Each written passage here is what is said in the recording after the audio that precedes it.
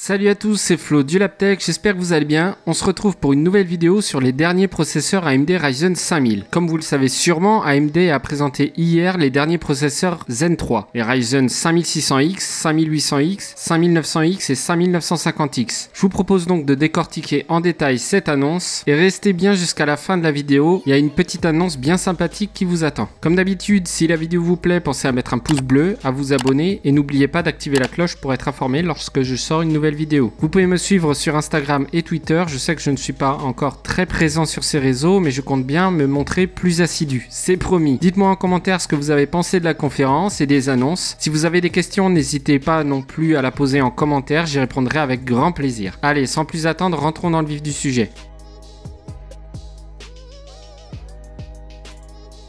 Comme je l'ai dit dans ma vidéo sur les leaks de benchmark et caractéristiques, AMD a annoncé 4 nouveaux processeurs. Ils seront tous disponibles à partir du 5 novembre. Le Ryzen 5 5600X conserve bien évidemment ses 6 cœurs et 12 threads. Sa fréquence de base sera de 3,7 GHz et sa fréquence boost de 4,6 GHz. Il disposera d'un cache de 35 MHz et une enveloppe thermique de 65 Watts. Il sera proposé aux États-Unis au prix de 299 $. Je rappelle que les prix sont hors taxes aux États-Unis. Ensuite, vous avez le Ryzen 7 5800X avec ses 8 cœurs et 16 threads. Il a une fréquence de base de 3,8 GHz et une fréquence boost de 4,7 GHz. Il dispose d'un cache de 36 MHz et d'une enveloppe thermique de 105 Watts. Son prix est de 449 $. Et ensuite le Ryzen 9 5900X avec ses 12 cœurs et 24 threads. Il a une fréquence de base de 3,7 GHz et une fréquence boost de 4,8 GHz. Il dispose de 70 MHz de cache et son enveloppe thermique est de 105 Watts aussi. Il est annoncé au prix de 549 $. Pour finir, le Ryzen 9 5950X avec ses 16 cœurs et 32 threads, un vrai monstre.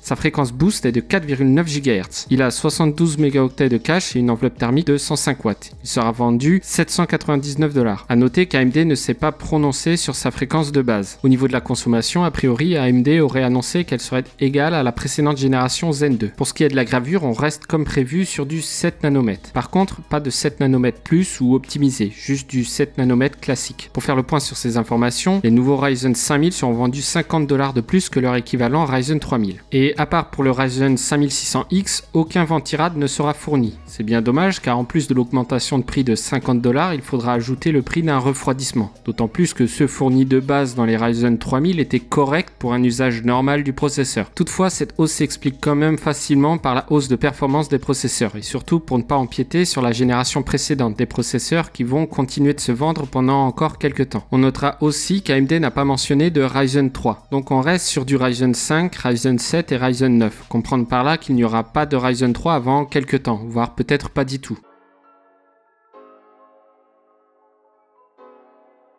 Comme vous avez pu le voir, les fréquences ont été légèrement augmentées comparées à la génération précédente, ce qui est toujours bon à prendre et qui forcément parle à la majorité d'entre nous. Mais AMD a réalisé un travail encore plus important sur le design du processeur, un changement qui aura un impact significativement plus important sur les performances en jeu que juste augmenter les fréquences de 200 MHz. En effet, d'après AMD, le gain en performance entre Zen 2 et Zen 3 serait supérieur au bond qu'on avait constaté entre les processeurs Zen 1 et Zen 2. Le design du processeur a été revu, là où un processeur 8 cœurs se retrouvait coupé en deux blocs de 4 cœurs partageant chacun une zone mémoire cache dédiée. Maintenant, on se retrouve avec un bloc qui contient directement les 8 cœurs et une seule zone mémoire cache, ce qui aura pour effet de réduire drastiquement la latence et donc le temps d'accès aux données traitées et ainsi augmenter le nombre d'instructions traitées dans un même laps de temps. Mais c'est pas tout. AMD a annoncé une amélioration de 19% de l'IPC. L'IPC, pour ceux qui ne savent pas, c'est le nombre d'instructions par cycle. Plus le nombre d'instructions par cycle est élevé, plus votre processeur sera performant. En gros, pour un cycle, il réalisera plus de calculs. Et ça, c'est une excellente nouvelle pour le jeu. En effet, c'est ce que j'avais mis en évidence dans ma vidéo sur quel processeur choisir pour la RTX 3080. Je vous invite plus particulièrement à regarder la partie sur le CPU bottleneck. Donc non seulement les fréquences ont été légèrement augmentées, mais en plus l'architecture qui faisait un peu défaut au processeur Zen 2 en jeu semble avoir été grandement améliorée. En termes d'efficience énergétique, AMD a annoncé que les nouveaux processeurs Zen 3 seraient 2,4 fois plus efficients énergétiquement que les processeurs Zen 1 et 40% 25% plus efficient que les processeurs Zen 2. Comparé aux processeurs Intel Core i9 10900K, les processeurs Zen 3 seraient 2,8 fois plus efficients énergétiquement. Après, ce n'est pas si étonnant quand on sait que les processeurs de chez Intel sont toujours bloqués sur le procédé de gravure à 14 nanomètres. Du côté des entrées-sorties, ou I/O si vous préférez, visiblement les nouveaux processeurs Ryzen ne changent pas et conservent les mêmes I/O que les processeurs Ryzen 3000, donc les mêmes lignes PCI Express 4.0 mais aussi les mêmes fréquences mémoire.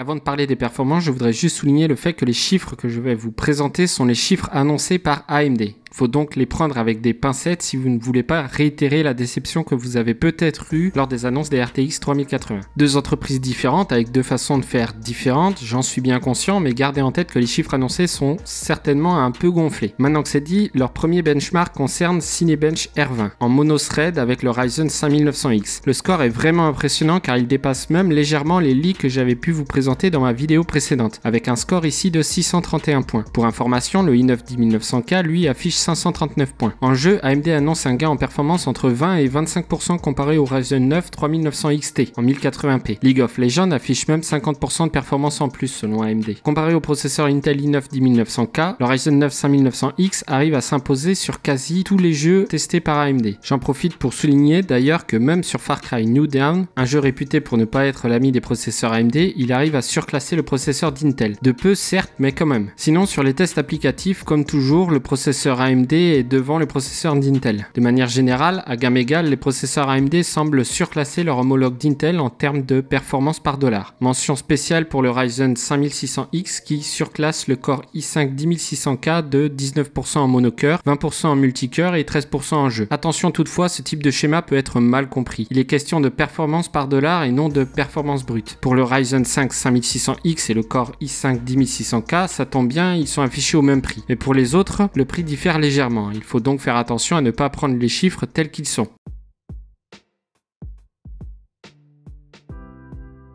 Pour ce qui est du support des cartes mères, pas de grande surprise. Initialement, les Zen 3 ne devaient être supportés que sur les cartes mères B550 et X570. Mais après un coup de gueule de la communauté, AMD s'était ravisé et avait décidé d'étendre le support aux B450 et X470. De manière générale, les cartes mères série 500 auront une mise à jour du BIOS qui sera disponible avant la sortie des processeurs. Pour les cartes mères série 400, il faudra se montrer un peu plus patient. AMD collabore avec les fabricants de cartes mères, mais la mise à jour du BIOS ne devrait arriver que courant janvier 2021.